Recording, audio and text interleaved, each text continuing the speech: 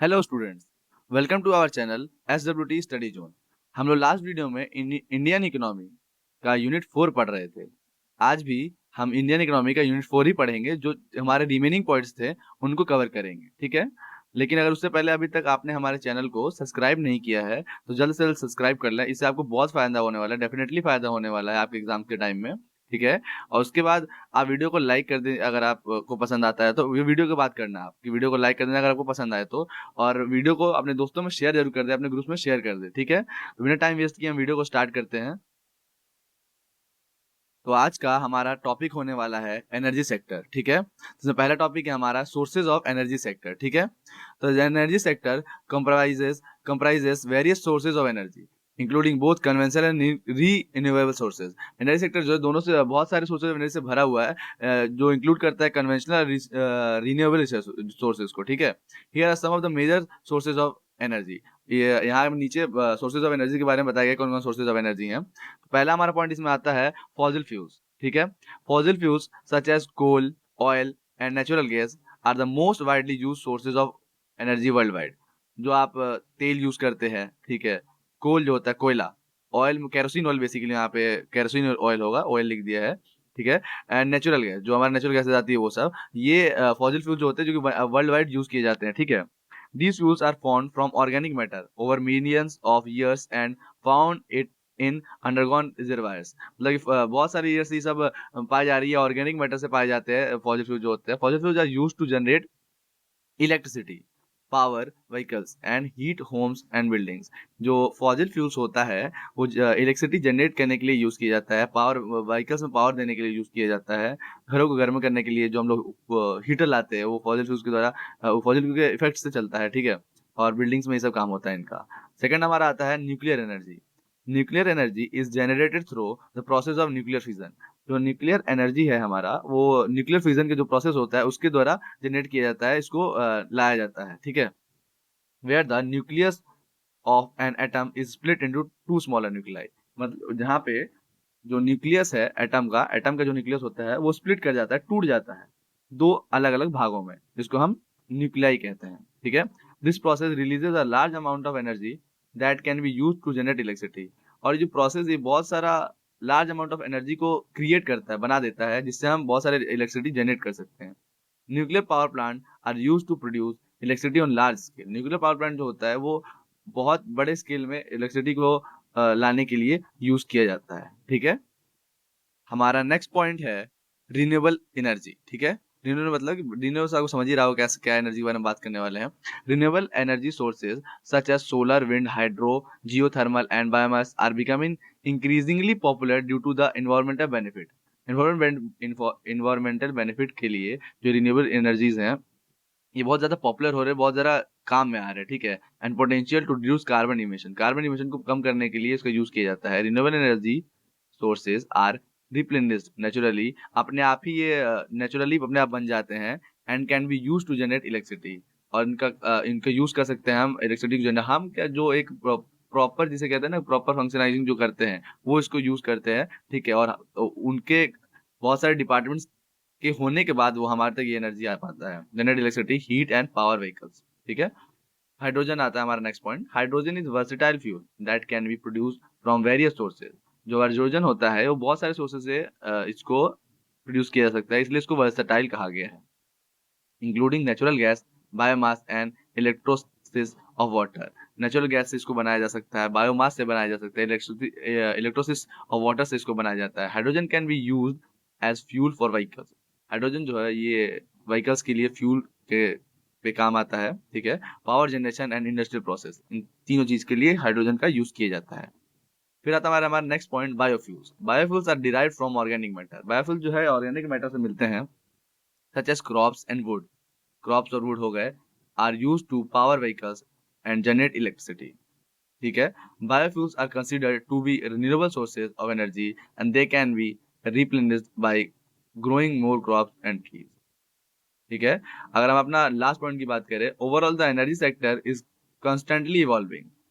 मतलब कि जो एनर्जी सेक्टर है वो दिन प्रतिदिन बदल रहा है।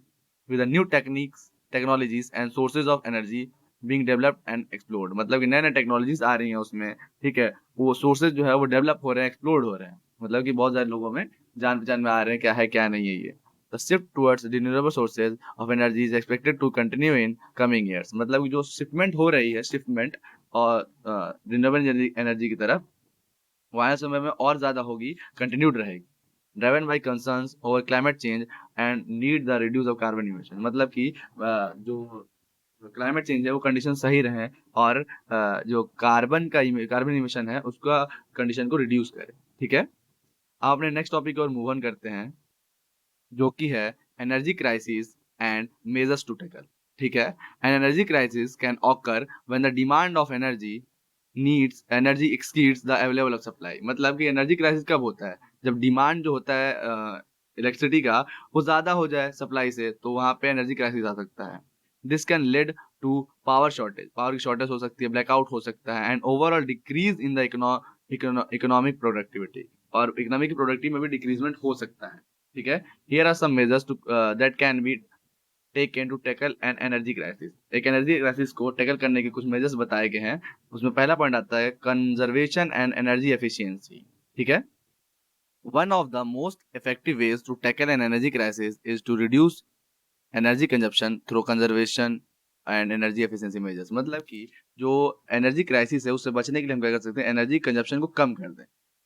कैसे? एनर्जी एफिशिएंसी मेजर्स को लेकर के। This can include steps such as improving insulation, insulation को इंप्रूव करना है, यूजिंग एनर्जी एफिशिएंट अप्लायंसेज, मतलब कि वो अप्लायंसेज हम यूज करें जो एनर्जी को बचाते हों, and promoting energy saving habits, मतलब एनर्जी को बचाने, जैसे कि हम क्या करते हैं, रूम से बाहर निकला, लाइट्स ऑन है, पंखा ऑन है, तो उसको एनर्जी क्राइसिस से बचने के लिए हम पंखे को ऑफ कर सकते हैं। दीज आर हैबिट्स जो हमको लेने चाहिए। हमारा नेक्स्ट पॉइंट आता है diversification of energy sources. Diversification diversifying energy sources can help reduce the risk of an energy crisis by increasing the availability of energy, ठीक है। मतलब जो diversification energy source diversifying energy sources हैं वो कम कर देते हैं एनर्जी क्राइसिस को। एनर्जी क्राइसिस कैसे? ज्यादा से ज्यादा अवेलेबिलिटी बना देते हैं एनर्जी की, ठीक है। This can include developing renewable sources of energy, इसमें आता है पहले रिन्यूएबल सोर्सेज ऑफ एनर्जी आ जाते हैं, such as wind and solar power, as well as exploring unconventional sources of fossil fuels, ठीक है। आपने नेक्स्ट पॉइंट की तरफ मूव ऑन करते हैं, जो कि है investment in energy infrastructure. Investment in energy infrastructure such as power plant, transmission lines and pipelines can help increase the supply of energy. इन सब में इन्वेस्टमेंट जो होता है वो हमारे सप्लाई ऑफ एनर्जी में इंक्रीजमेंट ला सकता है and reduce the risk of energy crisis, और एनर्जी क्राइसिस के रिस्क को कम कर सकता है।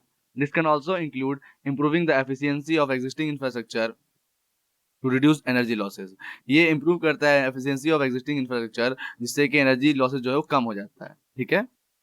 अब हम अपने नेक्स्ट पॉइंट की ओर चलते हैं, जो कि है energy storage.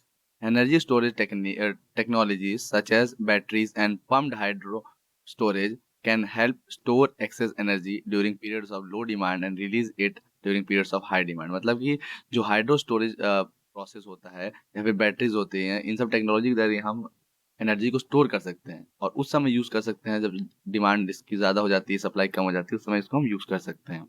This can help reduce the need of new power plants and transmission lines. इसके हेल्प से हम न्यू पावर प्लांट्स बनाते हैं, नए नए पावर प्लांट और ट्रांसमिशन लाइन, उसको रिड्यूस को कम कर सकते हैं। हमारा लास्ट पॉइंट है एनर्जी प्राइसिंग एंड इंसेंटिव्स, ठीक है।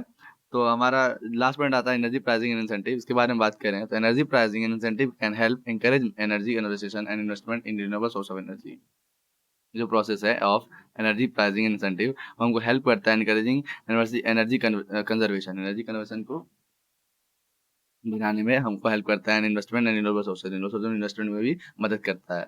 This can include implementing policies such as carbon pricing, इसके अंदर जो पॉलिसीज आती है उसके नाम कुछ प्रकार हैं, carbon pricing, feed in tariffs for renewable energy and energy efficient building codes, ठीक है। होप आपको हमारे ये सब जितने पॉइंट तो समझ में आए हों, ठीक है। अभी रिमेनिंग पॉइंट्स को हम अगली वीडियो में डिस्कस करेंगे। अगर आपको वीडियो पसंद आई हो तो वीडियो को लाइक करें, दोस्तों में शेयर करें, ठीक है। आपको नोट्स बनाने में मदद हो रहा हो तो आप वीडियो को शेयर करें अपने दोस्तों में, अपने ग्रुप्स में, जो आपके ग्रुप्स हैं उनमें इसको शेयर करें ताकि ज़्यादा से ज़्यादा लोग इसका फ़ायदा उठा सकें, ठीक है। कोई क्वेरी होती है कमेंट करिए या फिर आप इंस्टाग्राम में डीएम कर सकते हैं अगर आपको नोट्स चाहिए तो, ठीक है। होप आपको ये वीडियो पसंद आई हो और thank you for seeing this video guys.